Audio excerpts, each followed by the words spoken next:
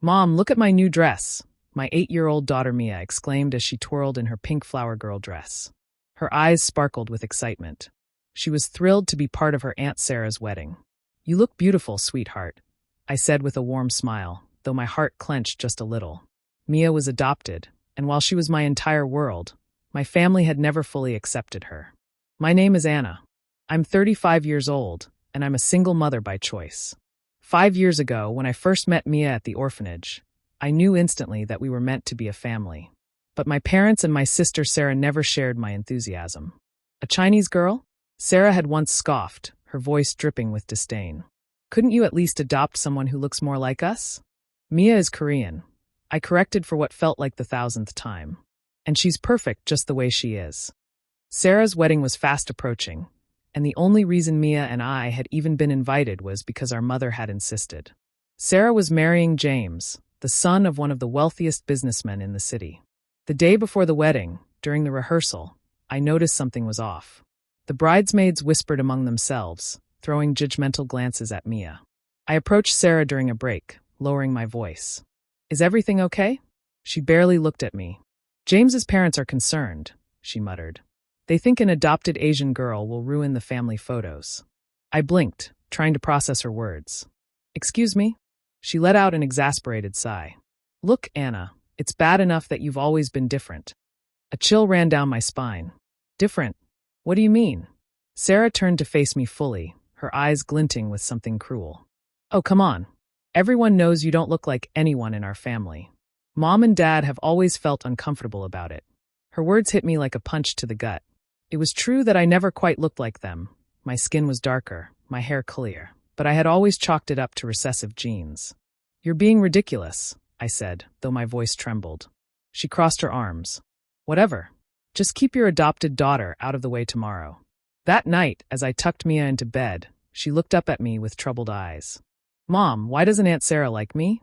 I pulled her close, holding her tight. "Oh, sweetheart, some people just don't know how to see how special you are. The other girls said I'm not a real cousin because I'm adopted," she said. My blood boiled, but I forced myself to stay calm for Mia's sake. Family isn't about blood, baby. It's about love. The next morning, we arrived early at the church. Mia was radiant in her dress, practicing how to toss flower petals. But everything fell apart during the pre-ceremony photos. "The adopted girl can't be in the family pictures," James's mother suddenly declared. Mia's face fell. "But I'm a flower girl," she protested, her eyes brimming with tears. Sarah's voice was cold as ice. "You're not part of this family. Neither of you are." I felt Mia stiffen in my arms as my heart pounded. "What are you saying?" I demanded. Sarah turned to our parents, her lips curling in satisfaction. "Mom, Dad, tell her the truth already." My parents went pale, their faces stricken with guilt. Then my mother started to cry. "Anna," my father began, but before he could continue, a deep voice echoed from the entrance of the church.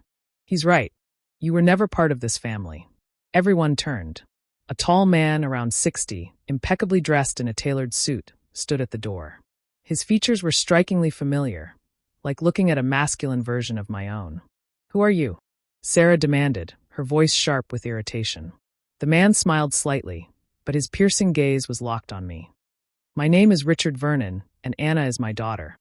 A stunned silence filled the church.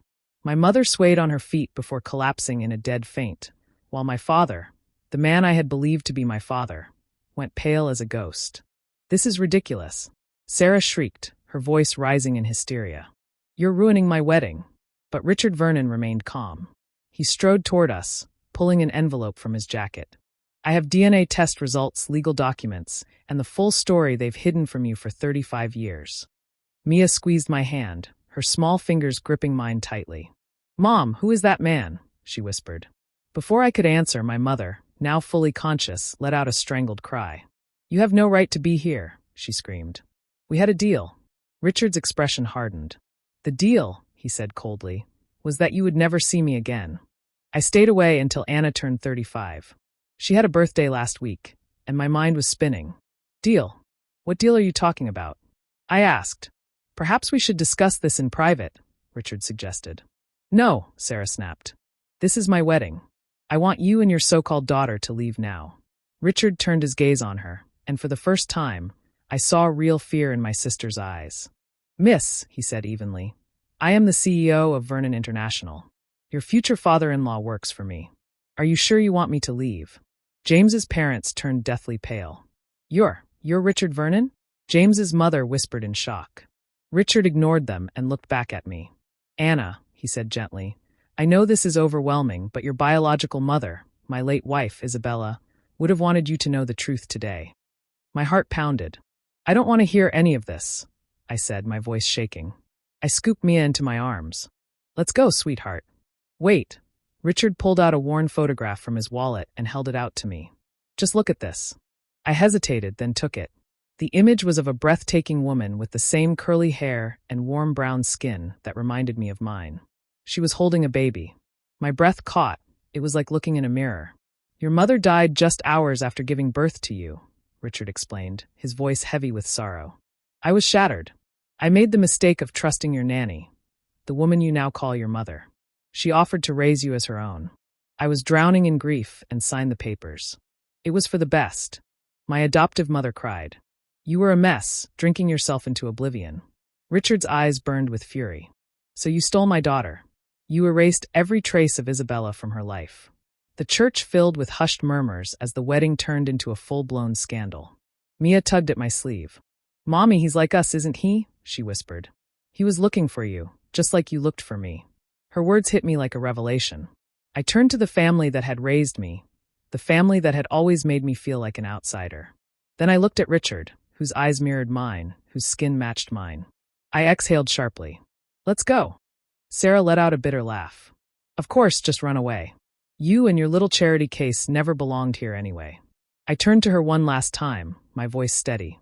"You're right, Sarah. I was never part of this family." I glanced at Mia and smiled. "And I am so grateful for that." Richard took us to a private restaurant where Mia immediately warmed up to him. She was full of curiosity, peppering him with questions between bites of her ice cream. "So, does this mean you're my grandpa?" she asked, her big eyes sparkling with excitement. Richard chuckled, glancing at me for permission. "If your mother allows it, I would love to be your grandfather." I took a deep breath. "I need to know everything," I said at last. "From the very beginning." Richard nodded and pulled a leather-bound photo album from his briefcase. "Your mother, Isabella, was an architect," he began. "We met when her firm was hired to design the headquarters of my company. It was love at first sight." I flipped through the pages, staring at pictures of a joyful couple traveling the world, building a life together. "They look so in love, so happy. When she got pregnant with you, it was the best moment of our lives," Richard continued, his voice growing thick with emotion. "But there were complications during childbirth." He swallowed hard, his usually steady demeanor wavering. "The doctors, they could only save one of you." My hands trembled as I traced my mother's face in a hospital photo. She was holding a newborn, gazing down at me with pure love. "She chose you," Richard said, his voice breaking. "I fell apart after she died." "I was lost," Richard admitted. "And in my grief, Margaret, your nanny, the woman you've called Mom all these years, took advantage of my vulnerability. She convinced me that I was incapable of raising you, that you needed a real family. Margaret already had a daughter, but couldn't have any more children of her own.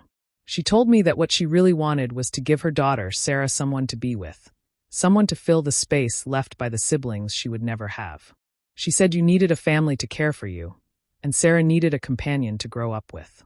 "I was too consumed by my own grief to see the truth in her words," Richard continued. "I trusted her, and I let her convince me that this was the right choice." I clenched my fists. "Why did you wait so long?" "The legal agreement I signed in my moment of weakness stated that I couldn't contact you until you turned 35, he said bitterly. "For the past 34.5 years, I've been gathering evidence, building a case, but most of all, watching over you from a distance." A shiver ran down my spine. "You watched me?" Richard nodded solemnly. "I was at your college graduation, sitting in the last row.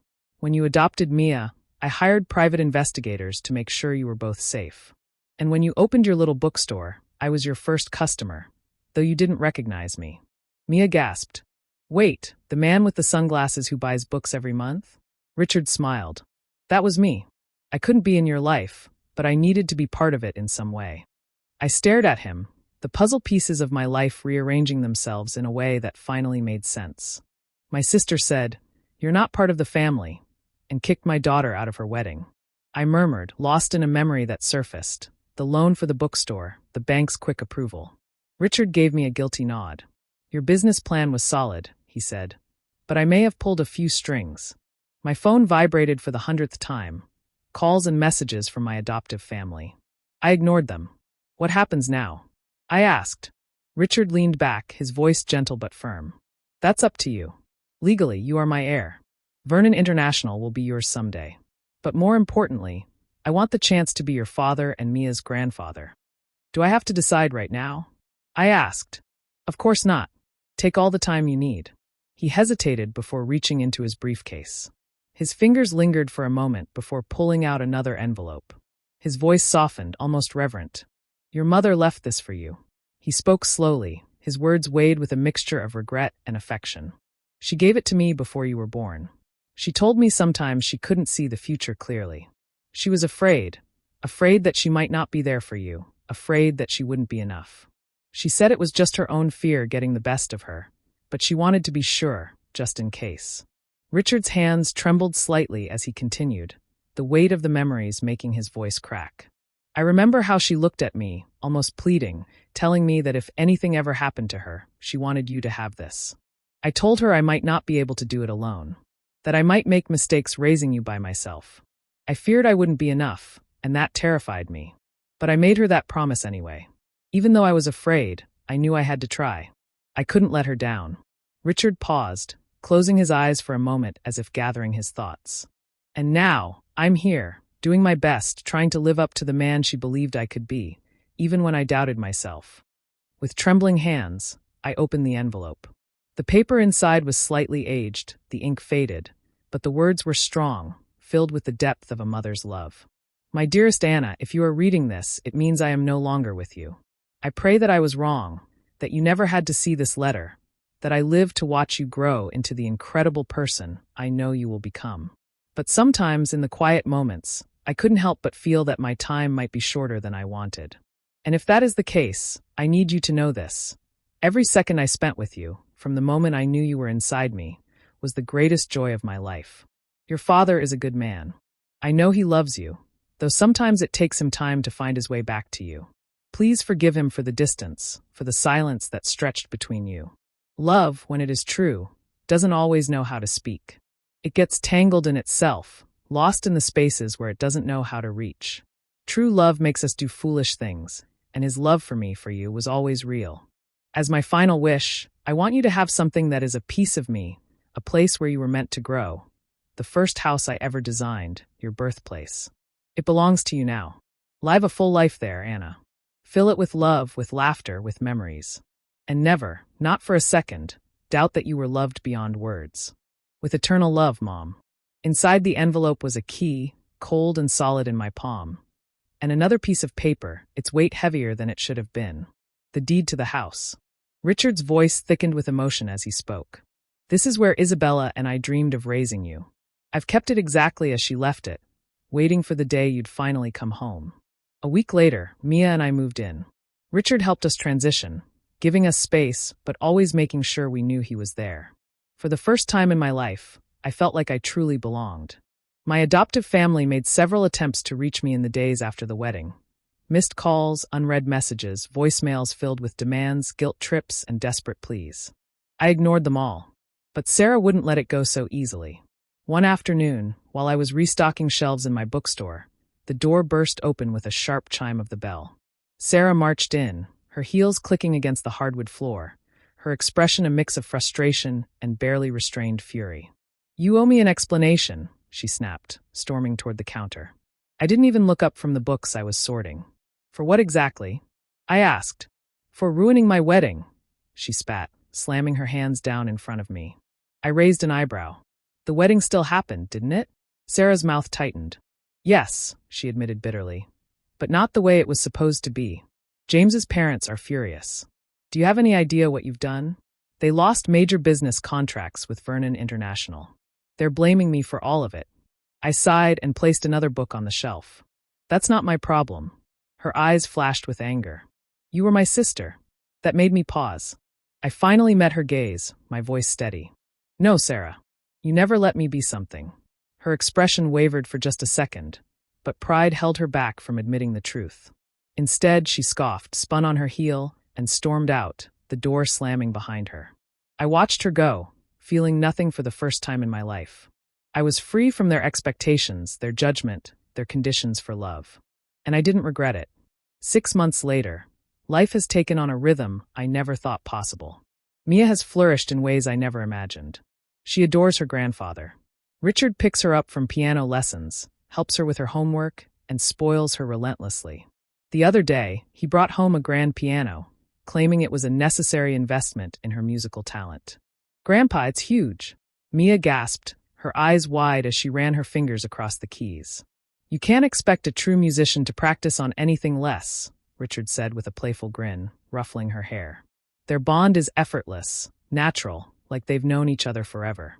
And as for me and Richard, we're learning each other step by step. We meet for coffee, for dinners, for long walks, where he tells me stories about Isabella, the mother I never got to know. Through his words, I can almost see her, a brilliant, driven woman who loved to sketch on napkins in cafes, who always smelled faintly of cedarwood and jasmine, who hummed under her breath when she worked, lost in her designs. She was real, not just a name on my birth certificate, not just a woman in a faded photograph. She lived, she loved, and she gave her life for me. The house she designed, the one she never got to raise me in, has become our home. At night, when the world is quiet, I run my fingers along the carved wooden banisters, the delicate arches, the thoughtful little details she poured her soul into. She built this house for us, for me, and now for Mia. Framed photographs line the walls, telling our story. Isabella holding her newborn daughter, me years later holding Mia in my arms, and now Mia laughing with her grandfather. 3 generations, forever bound together. Sometimes the family we choose, the family that chooses us, is more real than the one we were given. Mia taught me that when I adopted her, and now, reconnecting with my father, I understand it completely. As Mia often says, love makes a family. And after 35 years, I finally know exactly what that means.